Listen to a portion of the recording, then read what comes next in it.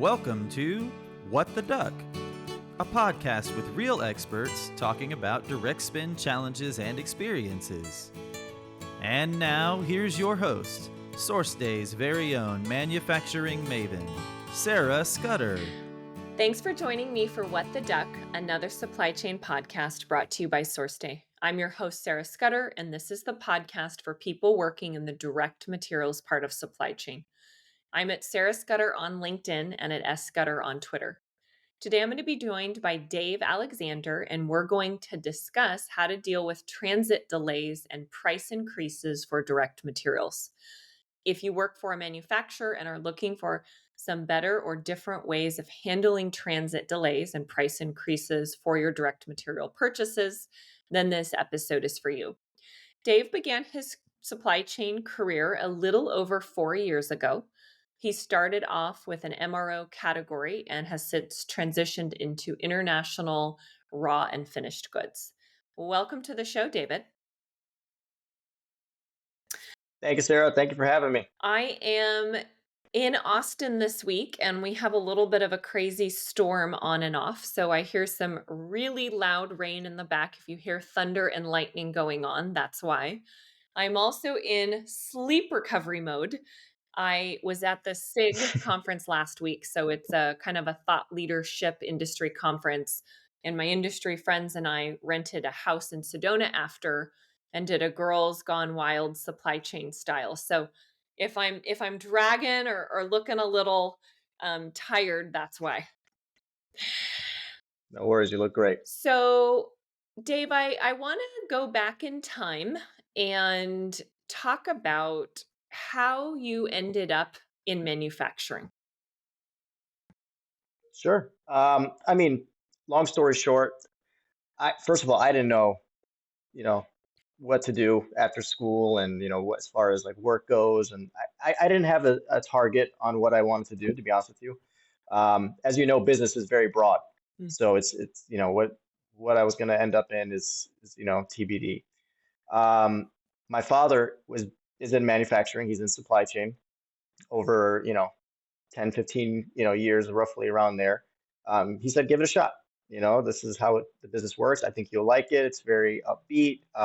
It's never a dull moment. Every day is different. Just give it a shot and see where it goes. And if you don't like it, take it and use it to go somewhere else. It's like, okay, sure. Long story short, I applied for some places and I landed my first job in a manufacturing facility, Dexter Magnetic. From there, I started off as an MRO buyer.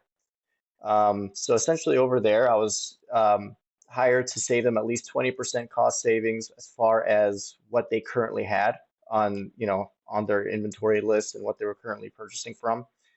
So I had to essentially implement a Kanban system, which was, again, I didn't know exactly, where to look or how to even start this. So this was all pretty much playing it by ear. So I started off doing that, implemented a system as far as inventory levels and replenishment levels, and then went up from there. So our audience is people working primarily for small and mid-sized manufacturers. Most are on the direct side. What does MRO mean? And how do you even go about tackling price savings at the level of 20%? That's a pretty significant reduction. And there's a lot of in between the lines gray areas when you look at cost savings. So would love to have you kind of deep dive for us. Sure. So 20%, it was huge. But the way they were purchasing was also a huge issue. And that's what kind of led to, it could be done. It wasn't like something that, everything was in line and there was implementation and there was, min max. There wasn't any of that. So it was just kind of the Wild West. So when I first got hired on over there, everything was sent by requisitions. So I would get an email saying, hey, need this adhesives. I need 10 units from McMaster or whatever the supplier may be. And I need them by, X date. Well, we didn't have any inventory. So I was just ordering one-offs for everybody in the whole building. Well, it Yeah. was So, almost um, like just-in-time inventory management by default. yeah, yeah. And there's constant runouts, there's constant delays, there's constant stoppages because they were just ordering for what they need for that day or for that week, whatever it may be. So um, there was no essential forecast for MRO, essentially, at least where I've in my experiences. It's based off of EAU, so annual usage. What are they going to use for the year? And that also determines, okay, if it's adhesives, there's expiration dates, so I got to be mindful of that. There's also, things that are perishable that can be, broke, that can be misplaced. There's people take stuff home. There's a whole bunch of intangibles as far as what can be done as far as getting a proper usage and a proper on order uh, material. So for me, so what I did as far as the cost savings aspect was I figured out, okay, what are you guys using for the year? What jobs do you have coming up? And based off that information, I would just get what they were purchasing from. So I had to build contracts with MSC, who's, exactly essentially like McMaster Car, but a little bit cheaper. There's a little bit of cost savings there. And then I would buy in bulk. I would buy for for 2 months, 3 months, depending on whatever the job may be. If it's adhesive, it's a different story because again, there's expiration dates that I have to be mindful of. But I would just buy from wholesalers, and I'll buy in bulk, and then implement a min and max system. So from there, after once I got the material, we figured out, okay, we should be around this, amount by, February if I was ordering, 2 months prior. So then I would just establish it that way. I had them pull out cards. There's a red, orange, and green card. So essentially, they would, as soon as they're getting low or they're getting towards the the middle, I would hit the orange card and I would go do my cycle counting. And if I see any orange, I'll replace that with, whatever quantity is missing. So there was huge margins as far as what we can do because again, there was no system in place. If there was a current system in place and they're asking me to do 20% cost savings, I'd kind of, I'd be a little skeptical, but in this case, it wasn't.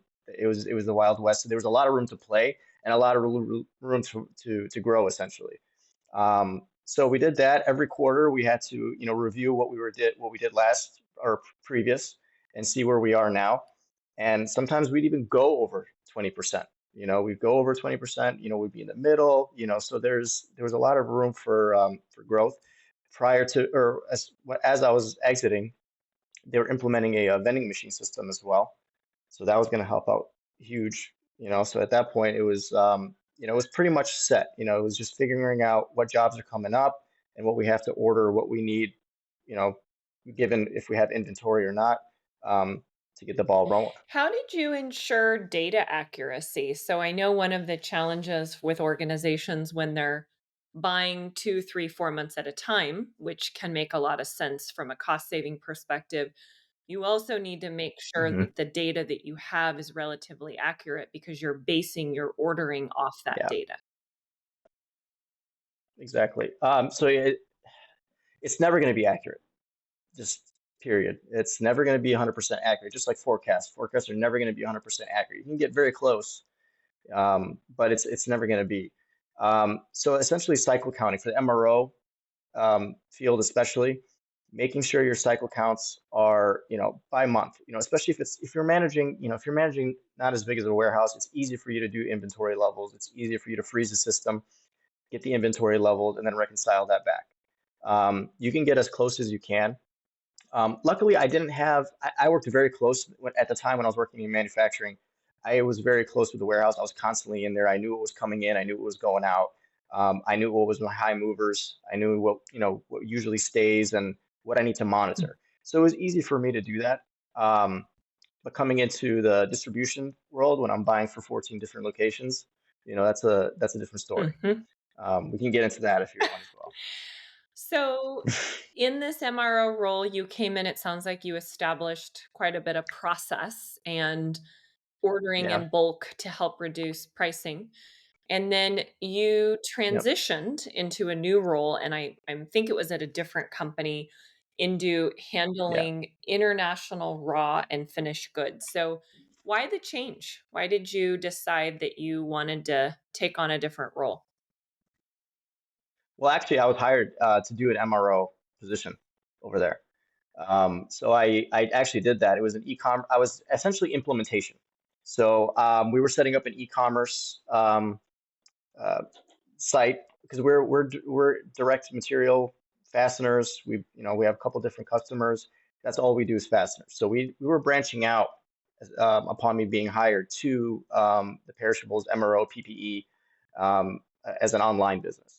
So my job was to see the contracts, review the contracts, see what their annual usages were. Essentially, exactly what I did over there, but just not on a manufacturing level, and ordering prior to production, prior to us, starting to go live. So we got a new facility in St. Louis. We had a new warehouse where all that material would be stored. Based off of what I was given, the annual usage, I was ordering per that. Again, I was getting a lot of price breaks because we were ordering, for at least 3 to 4 months.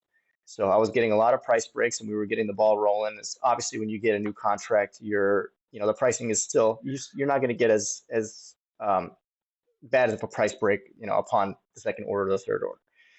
So I was getting a lot of those. We were loading the warehouse, getting that all stocked up, and then which took a long time, by the way, just getting the warehouse, getting it What up does to a long code. time mean?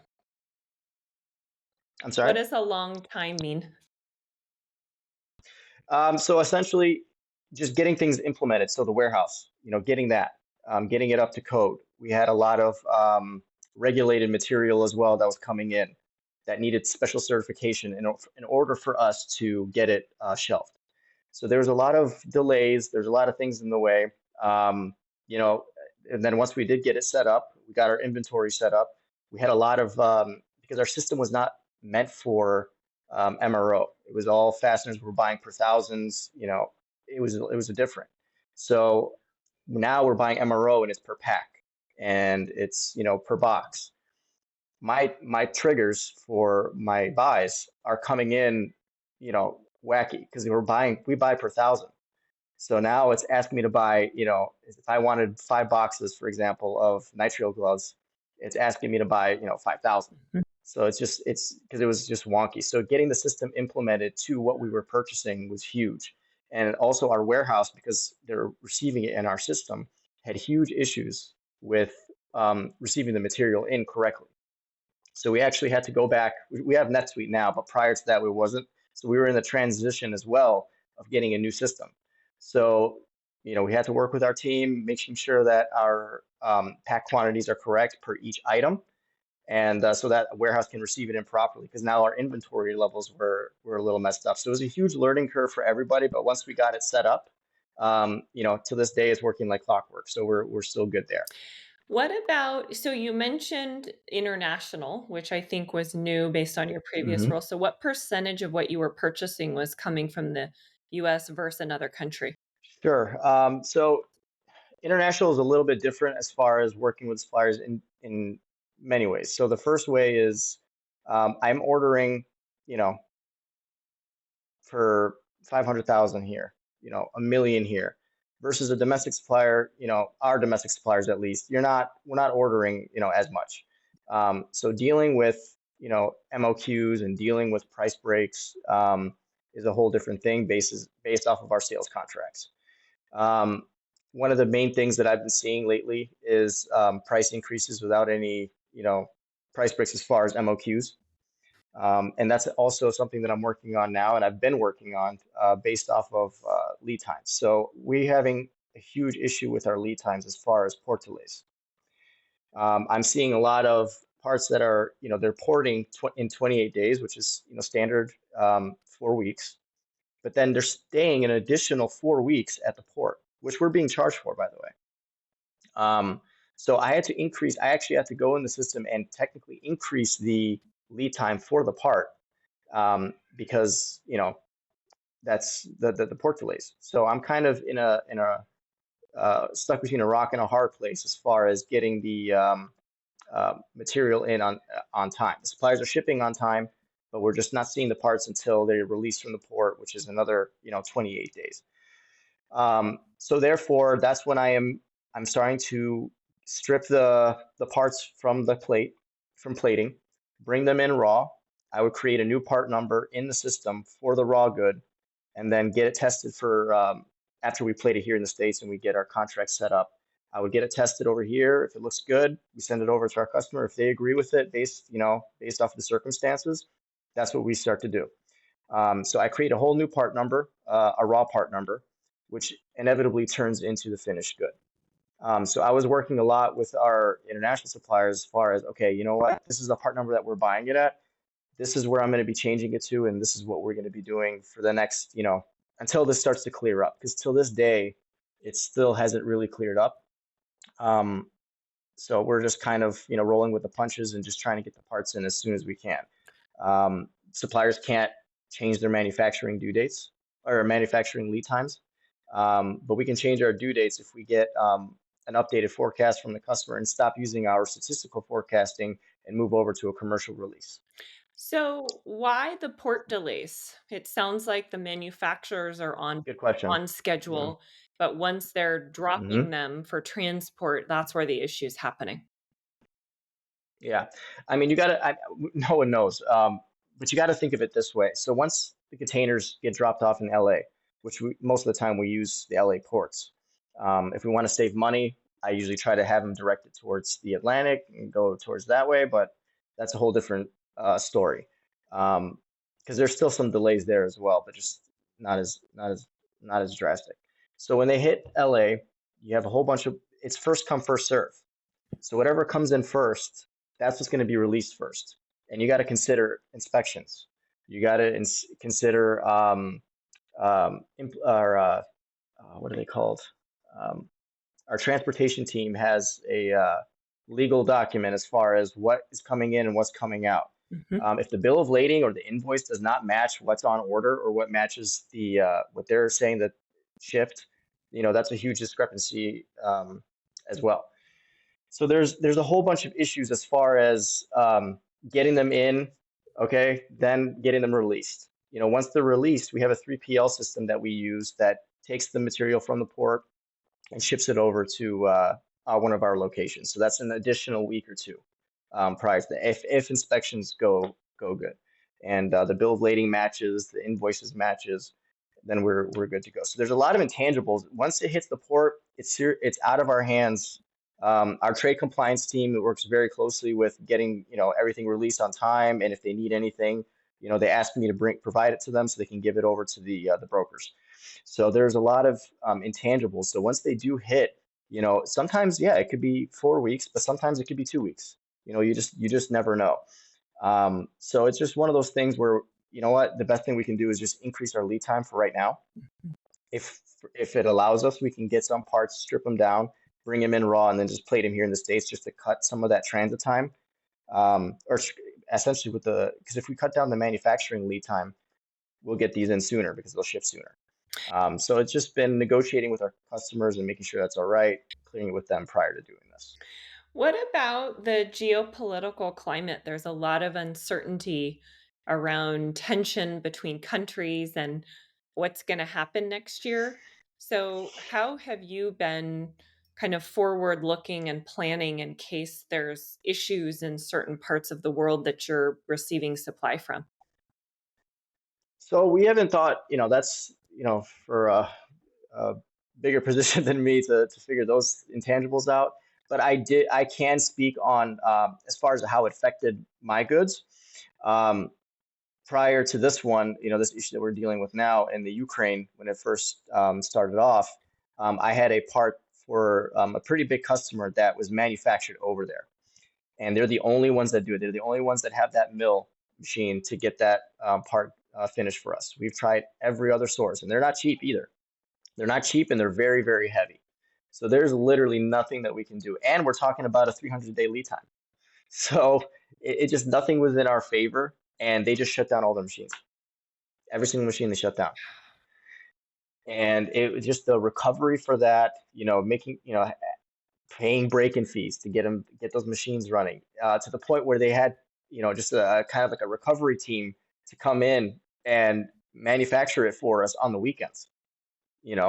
just because it was very hard, and we had to cough up some money to do that, so our profit margins on that part just tanked. Mhm. So we didn't really have much to say, but again, we were trying to get our customer, 100% service level, so we had to make sure we get it done. But it's just something that we're buying from um, Germany, but they're manufacturing it over in the Ukraine. So it was just one of those things where you just didn't understand the understand the depth of how far it went. So that was one that really affected us. But again, we recovered. Everything is on track. We got an updated forecast. We're air freighting everything now. So once material is done, we don't even ship it ocean. We just fly it right out. So we're cutting 56 days in lead time, down to like 6 to 7, which is great. How are you managing cost then when your costs are increasing probably pretty significantly by doing air freight versus ocean? hmm Yeah. So increasing the MOQ.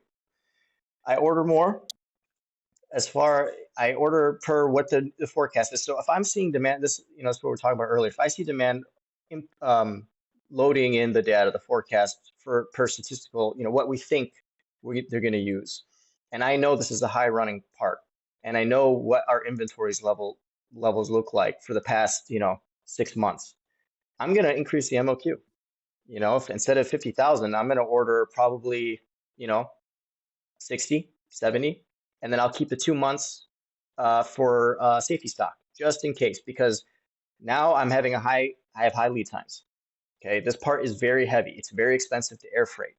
Okay, we'll eat the cost now, but come the next order, I'm just going to order more with a price break, at least a 10% cost price break, and then that way we'll have at least 2 months safety stock to cover us for the transit time for the next proposal. You've mentioned a couple times demand planning and forecasting, hmm which I know you're not directly responsible for, but you work closely with that team. How are you accurately planning customer needs right now when I feel like things are so uncertain in the market?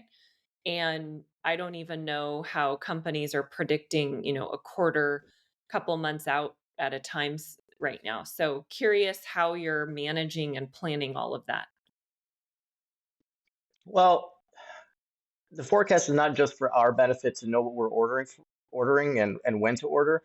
It's also to keep the customer liable, right? So we know, hey, you told me that you're going to use 50,000 here or 60,000 here in November. Okay. Well, now I'm seeing some overusage. You actually used 100,000. So what happened here? Where's the spike? And if that's the case, and if there is overusage, we're not liable. So our MRP system monitors their trends. It monitors what they used to what we bring in. Okay, it's very simple. It's what we're forecasting, what they're forecasting. If they're in line, and I'm seeing that the charts are going, through the roof.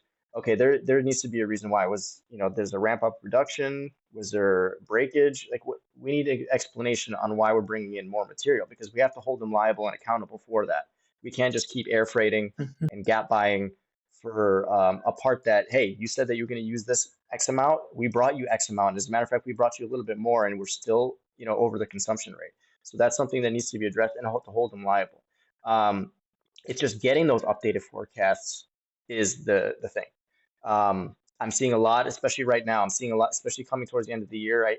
They're starting to order more quantities than what I'm usually used to and seeing. And I'm asking sales and customer service, hey, have you asked for your customers, updated forecast? And they're like, yeah, they're working on it. But I understand they're working on it, and I understand that we're not going to get it right away. But now I'm ordering per their old forecast, right? So when it comes up, when it rolls over to the next year, and we're going to be short, who knows how much, or even more, even worse, we order more than what they're going to use. You know, how do you? There's a gray area there. Oh, it was in the transition between forecasts. What are we going to do with this material? Because if we're basing their forecast off a statistical forecast system, then we're going to be liable for their material, because we thought that you're going to use X amount based off of your what you gave us and what you used.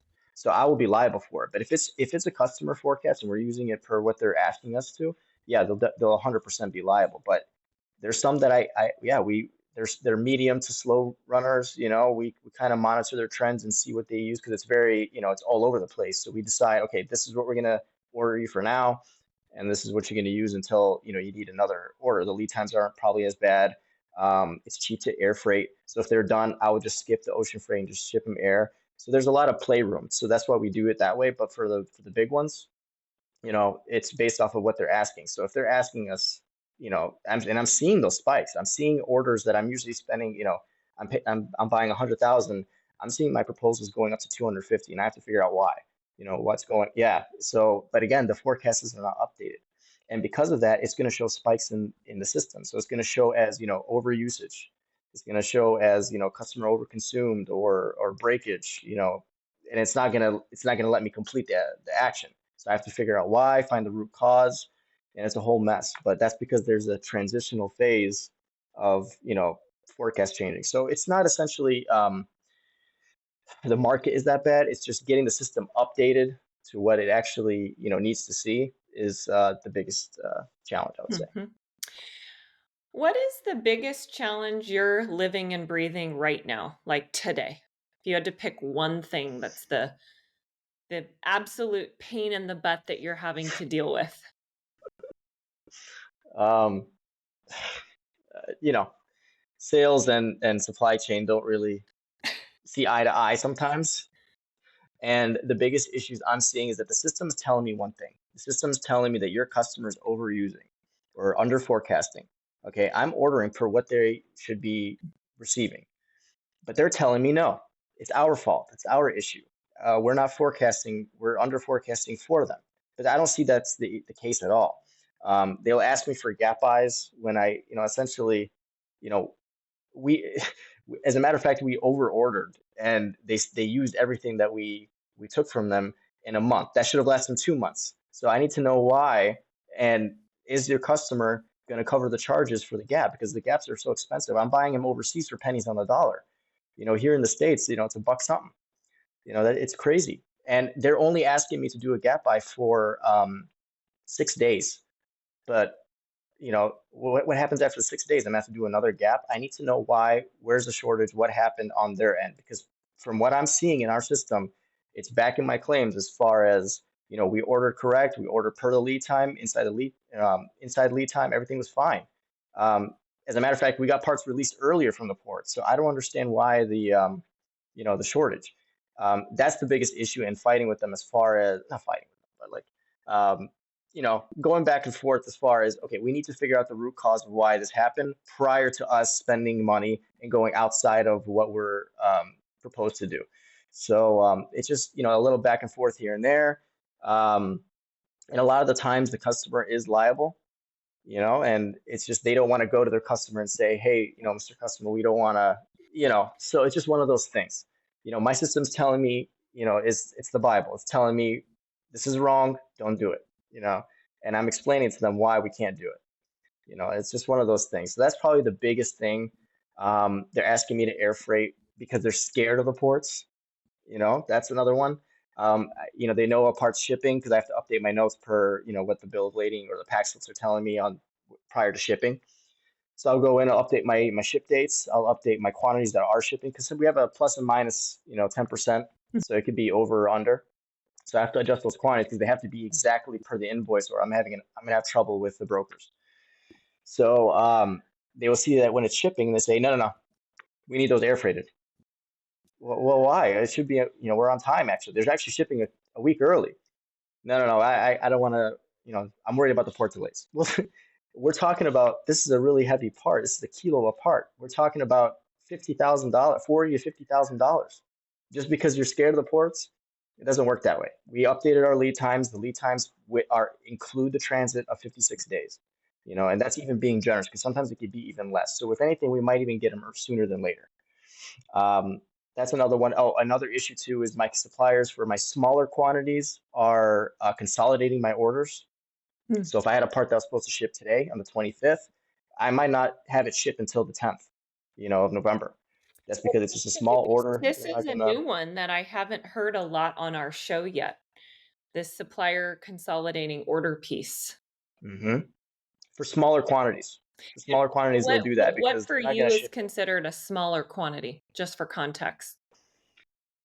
From overseas, quantity of like 5,000, or you know what, even 6,000 or less. They're not going to ship that by itself on a container. Mhm. They're not. They're going to fill the container prior to it going. And why would they spend the money and then at the end of the day have it for a small quantity that we're asked for? At that point, I'll look at the forecast. I'll look at the monthly usage. I'll ship a partial via DHL just to get them through maybe 3 to 4 weeks, and then ship those ocean. Once those ship ocean and they port, we can have an expediting team kind of move the process a little sooner from the ports with our transportation team. So maybe it doesn't have to be there that long. We'll pay a small fee versus air freighting the whole entire order. But they'll consolidate small orders.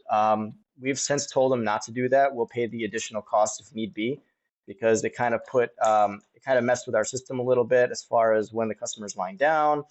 It could have shipped let's say 11:10, and I was those that week or a couple weeks is huge, because again, I don't know what's going to happen over there. Am I going to have invoicing issues at the ports? Am I going to have inspection issues, which I've had before too? Something as little as dust on the contain or on the pallet, or some weird smell coming from the pallet, they will stop it. They'll quarantine it. And who knows when it's going to get released. And at that point, I'm looking at a part with 189-day lead time. What am I going to do now? I'm stuck to buying here domestically. And if I'm looking at a level 3 PPAP part, I have to submit an ISIR, I have to get samples, I have to get it tested. It becomes a whole day just for one single part. My whole day. And then following that, until we get the parts in, that's going to consume your week. So we had to have them stop doing the consolidations. If we had to order more, we ordered more. For a lot of them, I was actually able to increase the MOQ with a price break. So actually now we don't even have to worry about it. But there's some that, yeah, that seems about right. We're ordering about 5,500. Yeah, let's just please make sure that we're not consolidating this one.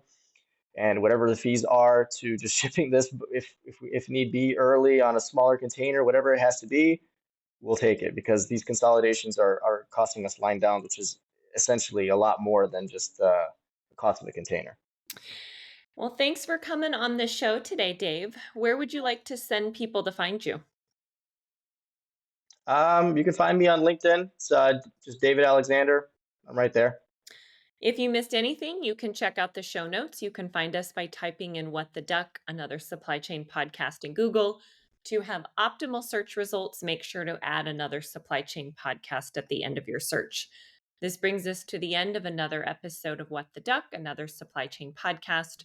I'm your host, Sarah Scudder, and we'll be back next week.